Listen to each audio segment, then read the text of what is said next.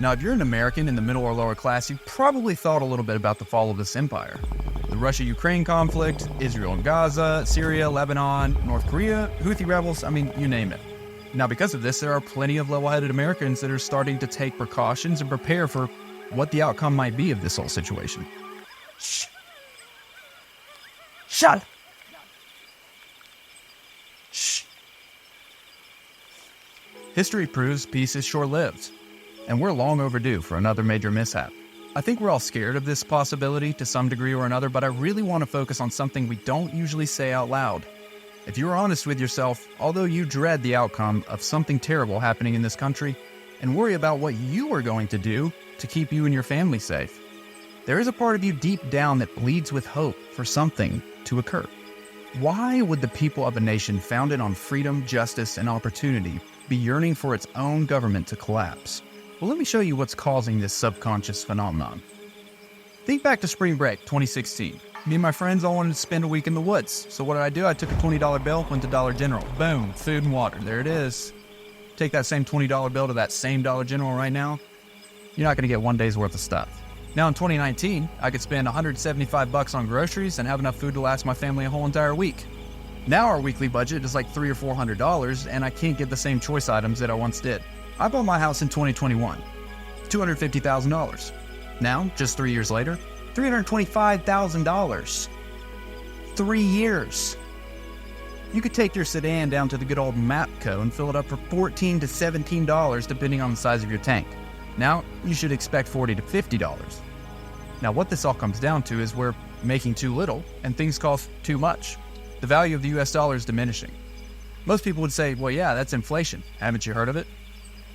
And I wouldn't disagree, but I think inflation is simply a symptom of the root cause of our issues in this nation. The true culprit of this cannibalization of the working class is, let me think. Oh yeah, billionaire greed. Now this is going to make a lot of you conservatives mad at me, but I don't care. Let me be the first to say, I'm a red-blooded American man who's all for liberty, all for freedom. I'm not a socialist, I'm not a communist. And I agree that capitalism is our best option economically. But you have to be a fool to deny that private monopolies are purposefully price gouging the American people for no other reason than to stock their own pockets. Corporate companies are refusing to pay their employees more and excusing their evil by fraudulently claiming that the price increases are related to overhead costs of material. Explain to me then why your price increases are making you hundreds of millions of dollars more profit each year, even factoring in the higher cost for production. A competitive market is characterized by businesses competing for their consumers' money. Let's say two corporations sell virtually the same product. In order to appeal to the customer, they will battle each other's prices and aim to make their product cost not more, less. They do this in order to outsell their competitors. A good example of this is Palmetto State Armory. Their CEO, Jamin McCallum, has expressed his concerns for even gun companies price gouging their customers. PSA sells their products for much cheaper than big-name gun manufacturers. Now, there can be a difference in quality of the two products in some cases, but even when the quality is matched between the two, you're still looking at half the price when going with PSA. This is what you call greed. And I respect Jamin and his stance on this. You can't just give things away for free, right? You gotta make some profit. But even he sees the ridiculous prices put on the same materials and calls it out. This is true for all modern corporations. They've reversed the competitive market. Now everyone is competing by raising their prices and seeing who can get away with the most profits through price gouging. Simply because they have dominated the market for so long that they think they can get away with it. It almost seems like there are elites at the top of the food chain manipulating the economy through politics and other means in order to achieve more riches for themselves and handicap and distract the people who have the power to do something about it. But that's not possible, is it?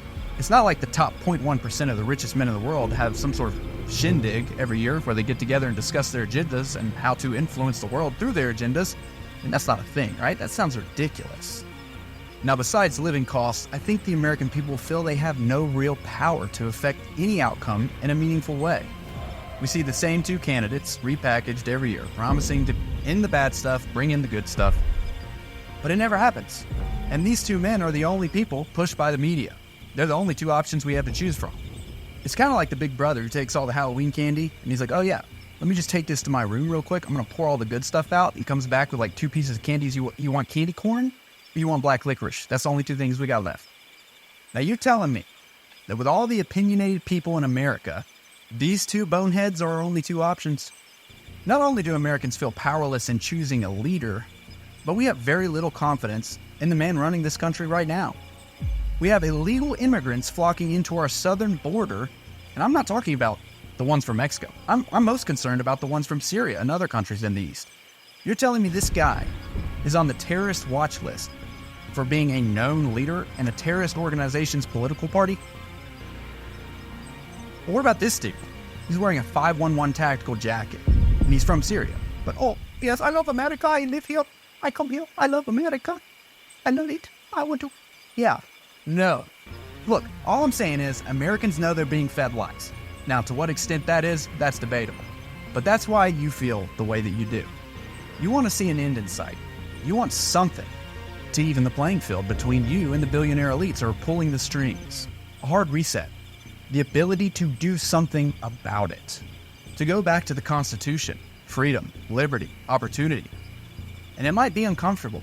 It might cost us our commodities, but a better nation, a better life, a better future for our children, for our grandchildren, isn't that worth it? Next time you see someone posting on social media making a seemingly big deal about what seems to be nothing, or grasping at straws talking about the end is near and yada yada, people want change, but don't feel empowered to do it themselves. That reminds me, the 2024 eclipse is tomorrow, and people are making a huge deal speculating about judgment on this country and many other theories. But do any of their arguments hold water? If you want to see what we think, click the video on screen. And if for some reason you're watching this before the eclipse, go watch our other videos. You'll get a laugh out of them, kick out of them, a little bit of shindig. It's there. Might as well do it. Do it. Do it. Do it. Do it. Do it. Do